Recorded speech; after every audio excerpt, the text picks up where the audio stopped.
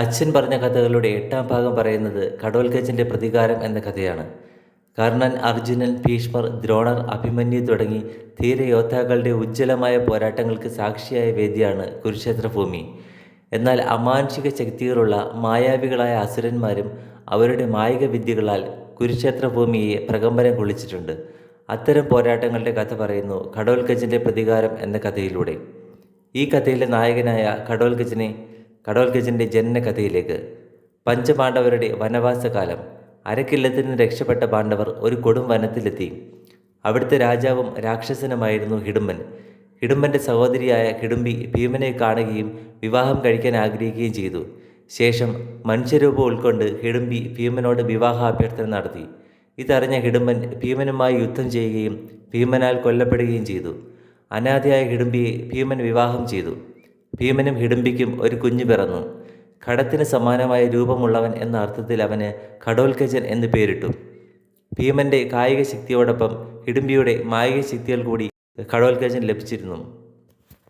ജന്മനാ ലഭിച്ച കായിക മായിക ശക്തികളോടൊപ്പം സ്വയം നേടിയെടുത്ത അസ്ത്രങ്ങളും ആയുധങ്ങളും ചേർന്നപ്പോൾ ഘടോൽക്കച്ചൻ ആരും ഭയക്കുന്ന ഒരു ധീരയോദ്ധാവായി മാറി. ഈ കഥയിലെ മറ്റൊരു പ്രധാന കഥാപാത്രമാണ് അർജുനന് നാഗരാജകുമാരിയായ ഉലൂപിയിലുണ്ടായ പുത്രൻ ഇരാവൻ. യുദ്ധം കൊടുമ്പിരി കൊണ്ടിരിക്കുന്ന സമയം മാതാവിൻ്റെ അനുഗ്രഹവും വാങ്ങി കുരുക്ഷേത്രഭൂമിയിലേക്ക് ഇരാവൻ യാത്രയായി.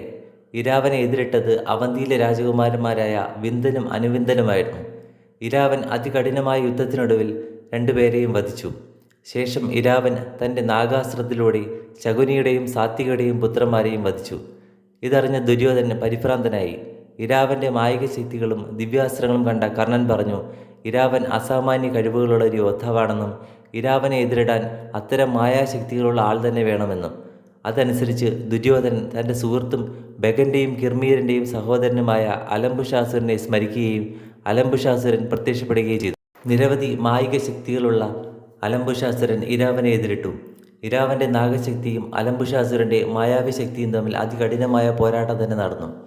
ഇരാവൻ്റെ നാഗാസ്ത്രത്തെ അലംബുഷാസുരൻ തൻ്റെ ദിവ്യാസ്ത്രം കൊണ്ട് നിർവീര്യമാക്കി.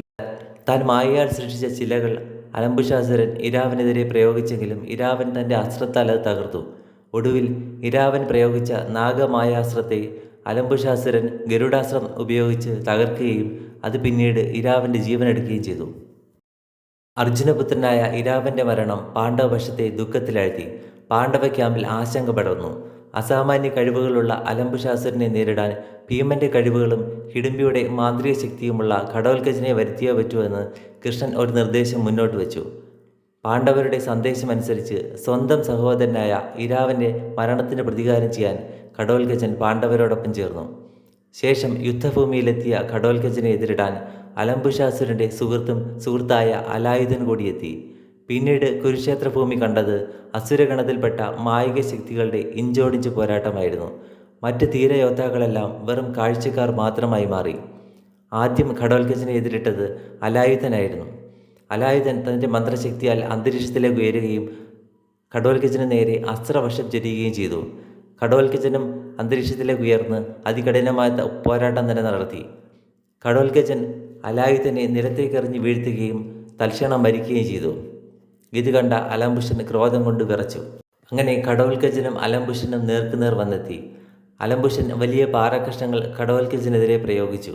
അത് ഘടോൽക്കച്ചൻ്റെ ശരീരത്തിൽ തട്ടി പൊട്ടിച്ചിതറി. ഘടോൽക്കച്ചന് നേരെ അലംബുഷൻ പിന്നീട് അഗ്നിവർഷം നടത്തുകയും ഘടോൽക്കച്ചൻ അത് ജലവർഷം ചൊരിഞ്ഞ് നിർവീര്യമാക്കുകയും ചെയ്തു. പിന്നീട് ഗദായുദ്ധമായിരുന്നു. അതികഠിനമായ ഗദായുദ്ധത്തിനൊടുവിൽ ഘടോൽക്കച്ചൻ അലംബുഷൻ്റെ ഗദ അടിച്ച് നിലത്തിടുകയും ശേഷം അലംബുഷനെ വാരിയെടുത്ത് നിലത്തടിച്ച് കൊല്ലുകയും ചെയ്തു. അങ്ങനെ ഘടോൽക്കച്ചൻ തൻ്റെ അനുജനായ ഇരാവൻ്റെ മരണത്തിന് പ്രതികാരം ചെയ്യുകയും പാണ്ഡവപക്ഷത്തിന് നഷ്ടപ്പെട്ട ആത്മവിശ്വാസം വീണ്ടുകൊടുക്കുകയും ചെയ്തു. ക്ഷമയോടെ കേട്ടിരുന്നതിന് നന്ദി. അച്ഛൻ പറഞ്ഞ കഥകളുടെ 9ാം ഭാഗത്തിൽ കാണാം. Thank you.